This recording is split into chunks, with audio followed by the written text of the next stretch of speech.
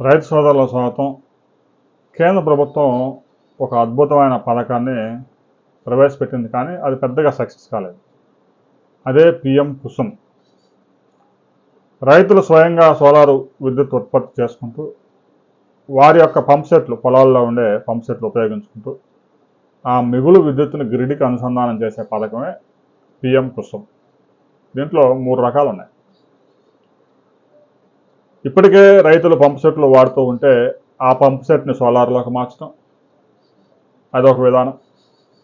అసలు ఇంతవరకు pump set లేని రైతు కొత్తగా బోర్ వేయించుకుంటే సోలార్ పెట్టుకొని ఆ సోలార్తో పంప్ సెట్ నడిపించుకుంటూ అతనికి అవసరం తీరిన తర్వాత గ్రిడ్కి అనుసంధానం చేయడం. ఆ మిగులు విద్యుత్తుకి రైతుకి ఒక్కో యూనిట్కి రూ.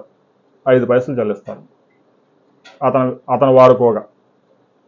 అయితే రైతులు ఏర్పాటు చేసుకునే ఈ ప్లాంట్లకి కేంద్ర ప్రభుత్వం 60% రాయితీ ఇస్తుంది, 30% బ్యాంకు రుణం కూడా ఇప్పిస్తుంది, 10% మాత్రం రైతు చేతిలో నుంచి డబ్బు పెట్టుకోవాలి.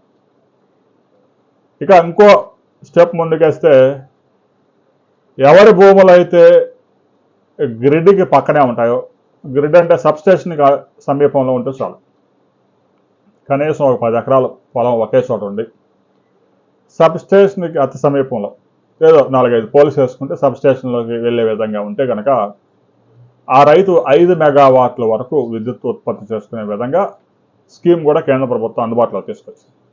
రాజస్థాన్, గుజరాత్ లాంటి ప్రాంతాల్లో కొంతమంది రైతులు సక్సెస్ అయ్యారు. ఎందుకంటే సబ్స్టేషన్ పక్కనే పొలాలు ఉండాలిగా. అది కూడా 10 ఎకరాల నుంచి 15 ఎకరాలు, 20 ఎకరాల భూమి ఉండాలి.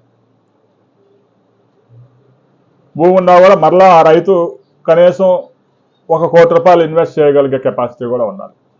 ఎందుకంటే 60% కేంద్రం ఇచ్చిన, 30% బ్యాంకు రుణాలు ఇచ్చిన, రైతు కూడా 10% డిపాజిట్ చేయాలిగా ముందే.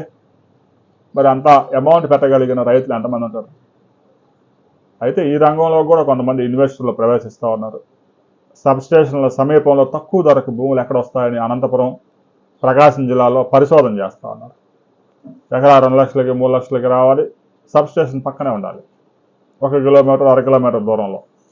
అలాంటి భూములను కొనుగోలు చేసి అక్కడ 2 మెగావాట్లు, 3 మెగావాట్లు, 5 మెగావాట్లు ప్లాంట్లు, సోలార్ ప్లాంట్లు పెట్టి గ్రిడ్కి అనుసంధానం చేయాలని చూస్తూ ఉన్నారు.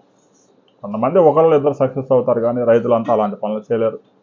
ఇక ఆంధ్రప్రదేశ్లో 4 లక్షల పంప్ సెట్లు సోలార్ విద్యుత్తుగా మార్చాలని రాష్ట్ర ప్రభుత్వం నిర్ణయించింది. మామూలుగా కేంద్ర ప్రభుత్వం తీసుకొచ్చిన ఈ పిఎం కుసుమ్ గత మార్చి నెలతోనే క్లోజ్ అయిపోయింది, కానీ కొన్ని ప్రాంతాల్లో, ఆంధ్రప్రదేశ్ లాంటి రాష్ట్రాల్లో వచ్చే ఏడాది మార్చి వరకు పొడిగించారు. ఈ 4 లక్షల పంపు సెట్లు సోలార్లోకి మార్చడం ద్వారా ఆ 4 లక్షల పంపు సెట్లు ఉపయోగించే విద్యుత్తు సేవ్ అవ్వడమే కాకుండా ఆ 4 లక్షల పంపు సెట్ల నుంచి మిగులు విద్యుత్ రైతుకు అవసరమైన 4 గంటలు, 5 గంటలు వాడుకొని మిగతా 8 గంటలు మొత్తం గ్రిడ్కి అనుసంధానం చేస్తారు. కాబట్టి రాష్ట్ర ప్రభుత్వానికి కూడా పెద్ద ఎత్తున విద్యుత్ సరఫరా అయ్యే అవకాశం ఉంది. అయితే రైతులు ఈ పథకానికి ముందుకు వస్తారా లేదా? పొలాల్లో ఎక్కడో విసిరేసినట్టుగా ఉండే పంప్ సెట్ల దగ్గర ఈ సోలార్ ప్యానల్స్ పెట్టడం సేఫా కాదా? ఇప్పటికే సోలార్ ప్యానల్స్ పెట్టిన రైతులు ఎలాంటి ఇబ్బందులు మీరు ఎదుర్కొంటా ఉన్నారు? ఈ పథకం ఫెయిల్యూర్ కావడానికి ప్రధాన కారణం ఏంటి? సక్సెస్ అయిందని మీరు భావిస్తున్నారా? సక్సెస్ కావాలంటే ఏం చేయాలి ఈ పథకం? కొంతమంది రైతులు సక్సెస్, ఇల్లు, పొలం మొత్తం ఒకే చోట ఉంటే కంటి ముందే కనిపిస్తూ ఉంటుంది, దాని ఆపరేటింగ్ ఒక విధంగా ఉంటుంది. పొలం ఎక్కడో కొండ దగ్గర ఉంటుంది, 5 కిలోమీటర్ల దూరంలో, అక్కడ ప్యానల్స్ బిగిస్తాడు, సోలార్ పంప్ పెడతాడు, ఎవడో గాలికి పోయినోడు ఎవడో ఒక రాయి వేసి పగలగొడతాడు, అయిపోద్ది, క్లోజ్. ఆ పథకం సోలార్ ప్యానల్స్ కీలకం కాబట్టి. అందువల్ల పర్యవేక్షణ ఉండదు. పర్యవేక్షణ లేని ఏది కూడా భారతదేశంలో కాపాడుకోవడం కష్టం. రైల్వే శాఖ ఆస్తులకే దిక్కు లేకుండా పోతాం. అలాంటి పరిస్థితుల్లో ఈ సోలార్ ప్యానల్స్ అన్ని తీసుకెళ్లి పొలాల్లో పడేస్తే వాటికి రక్షణ ఉంటుందా? ఇప్పటికే పంపు సెట్లు కేబుళ్ళు కూడా కట్ చేసుకుపోతా ఉన్నారు, ముడాగొడుగులు. ట్రాన్స్ఫారాలు పగలగొట్టి రాగితే కూడా ఎత్తుకుపోతా ఉన్నారు. పొలాల్లో వ్యవసాయ విద్యుత్ కనెక్షన్ లైన్లకు వేసిన తీగలు కూడా కట్ చేసుకుపోతా ఉన్నారు. అలాంటి పరిస్థితుల్లో 2 తెలుగు రాష్ట్రాల్లో పిఎం కుసుమ్ కింద పొలాల్లో సోలార్ ప్యానల్స్ పెడితే ఉంటాయా, అవి నడుస్తాయా అనే దానికి సంబంధించి ప్రతి రైతు మీ అభిప్రాయాలను కామెంట్ చేయండి. అవి సక్సెస్ఫుల్ కావాలంటే ఏం చేయాలనే విషయాన్ని కూడా సలహా ఇవ్వండి.